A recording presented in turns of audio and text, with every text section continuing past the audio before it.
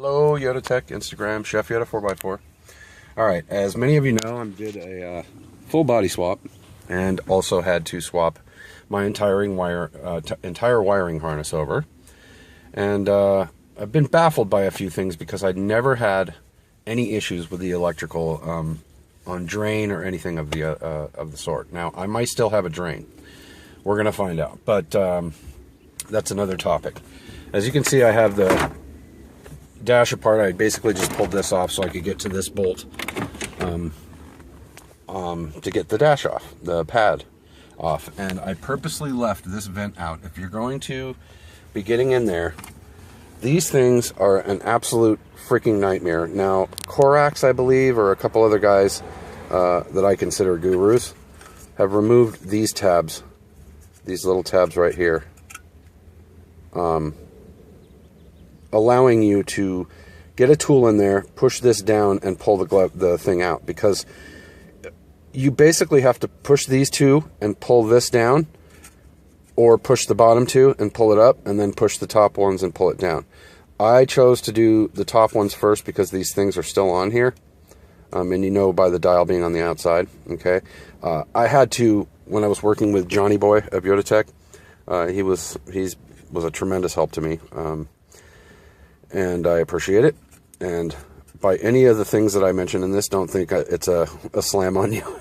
But we were hauling butt and a couple things got mixed up, but I'll get to that. Push the top ones down first, maybe break these tabs off, but push the top down first so that you can pull this down, because if you don't, it's going to damage this portion of the dash down here, okay? Where you can actually see it more on top. If you do it from the bottom and pry it up first, then you have to really dig into the top. It's one of those things, you know, that it's so, you know, touchy. Okay, so one of my problems was, after I put everything together, when Johnny and I were taking this apart, there is let's see if I can show you here.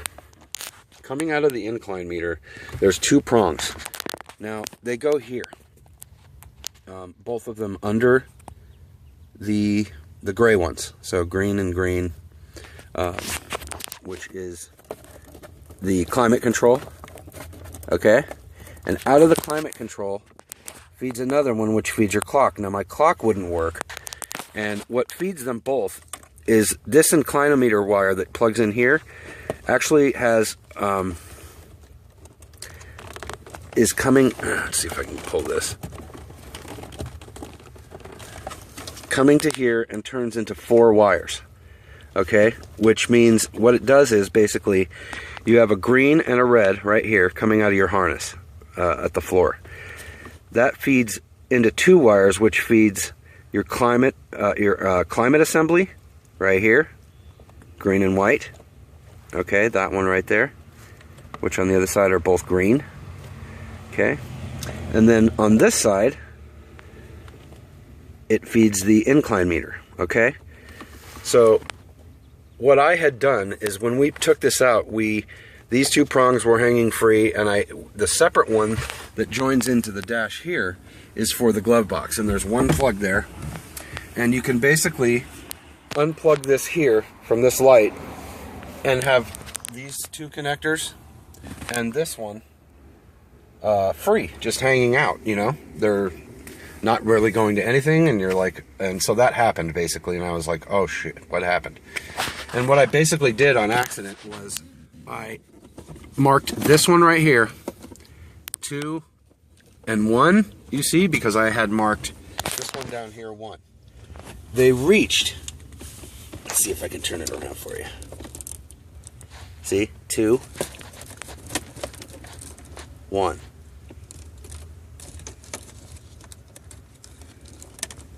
Okay, so they reached going this way, connected to the glove, and what happened was I would turn my lights on and the incline meter wouldn't come on, and by accident one day I opened the glove, you know, 2 days into this, I opened the glove, and I'm trying my best to not have to take the dash back off, and now I'd do it 20 times, I'm not worried about it at all. But I opened the glove and the light comes on, okay, after I'd screwed with it and replaced the fuse and running tests, you know, power test for power and all that stuff. Okay, So basically, by connecting those in the wrong place, I had connected this to the glove box, which gets its power right out of the harness. Okay, this comes out of the main harness and feeds directly to the glove box light, which not everyone has, but I will show you that it actually works. Okay, this lights up your glove pretty good. I'm going to replace it with an LED. I figured, you know, why not? Maybe try and get a little more light out of it. But it lights up the glove completely fine, that little light. And you can see everything in there just fine. And I like that feature. Well, that works off of a separate wire that comes off the same portion in the harness up there on the firewall to this plug, which works similar to the Supra connector, where I will try and turn on the light here so you can see the light. And as I press, so you see, as the glove closes, the light goes off. As you open the glove, the light comes on, and it's by this little switch button right here, which is now going to be plugged back in because it's exactly where it's supposed to be, and it'll stay right there. All right. You know, Terry's 87, I can't thank you enough, man, for, even though, you know, this time you're kind of baffled as well, and, you know, but you helped me think it through, and I appreciate you take the time every time to give me a what's up. And anybody who needs to know anything about what part goes where on a first-gen 4Runner or pickup, you need to go check out Terry's 87 on yodatech.com. He has every single write-up you can imagine on every one of these things. And so, but, you know, you got to refresh yourself all the time. It becomes, you know, kind of foreign each time you do it.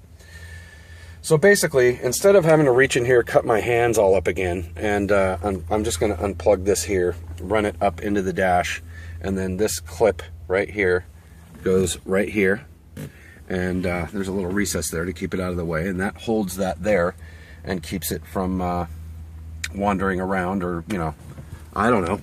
I don't really see where it can go other than on the vents. And look at how dusty this is already. So I'm gonna have to clean that off as well. All right,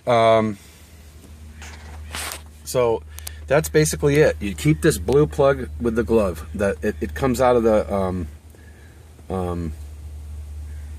firewall portion of the harness, and it will already be right here. So when you unplug it, just mark 1, 1, you know, or glove, like I did, 2. See, so I had it go into a separate wire.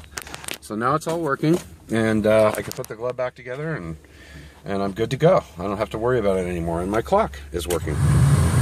So when I turn the lights on, this has always been this way. I don't know if everybody has this issue, but when I turn the lights on, the power to the clock is greatly diminished. It's always been that way since I've owned this truck, 12 years. So if anybody has any ideas on that, 2 people that I've asked have told me the same thing. So another thing is, I had the climate control plugged in the wrong place, etc., right? Now, when I turn on my fan,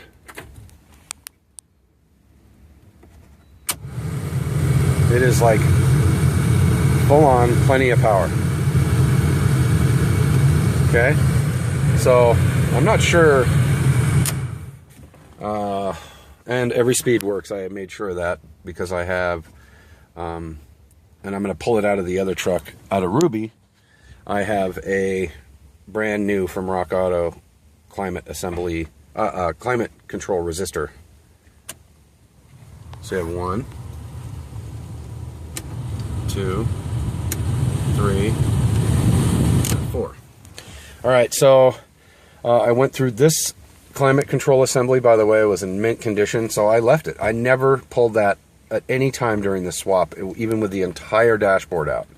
All the way down with the harness out, everything. It was bare except for the crossbar, and then in and out with the steering wheel just to move it around.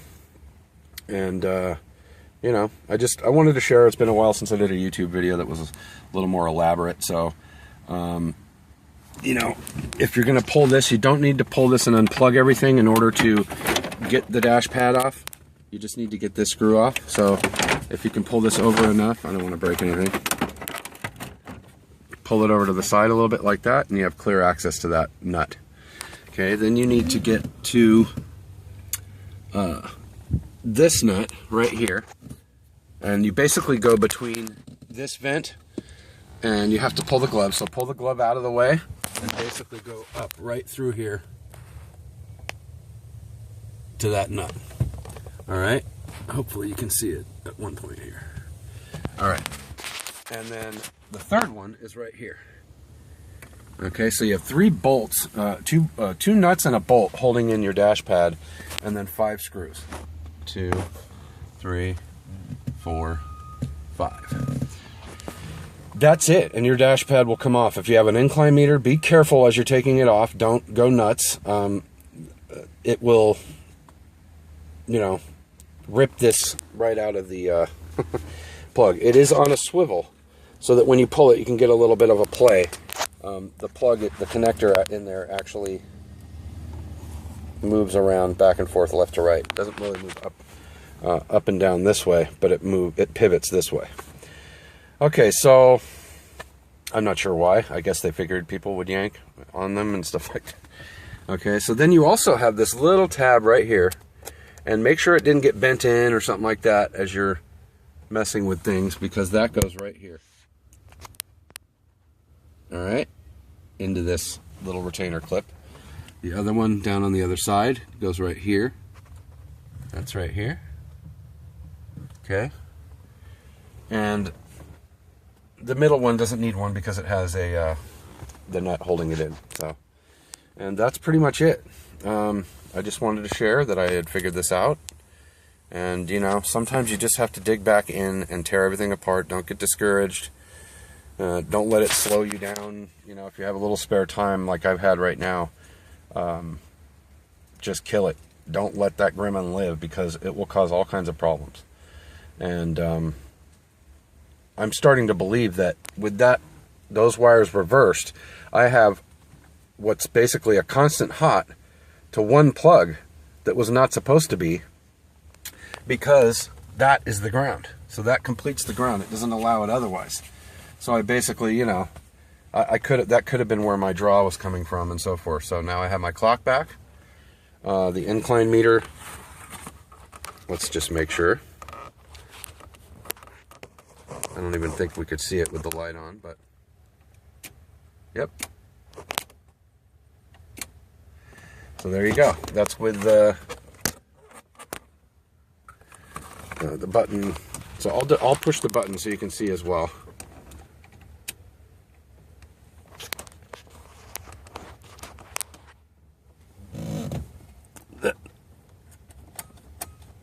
Now when I push it, it doesn't come off. Okay? So it was really weird. I had to actually unplug this button down here, remove it and lay it on its side inside of this support, and taped it up just so it would so I would have the incline meter light on the dash going, you know, all the time. I know, what is the purpose of this thing really anyway when I'm going probably 20 degrees further on tilt like this now? Rock crawling and stuff. I like it. It works, and it gives me elevation as well, and which is dead accurate. Actually, this is about 1,050 feet right here, somewhere around there, 1,100, so above sea elevation. So, you know, let's put it all back together and see what I can do here as far as a write-up on the rest of the stuff that I'm working on. I'll get to that as soon as possible. Sorry it's running a little long. I just wanted to explain everything thoroughly. So, you know, one more time for the record here.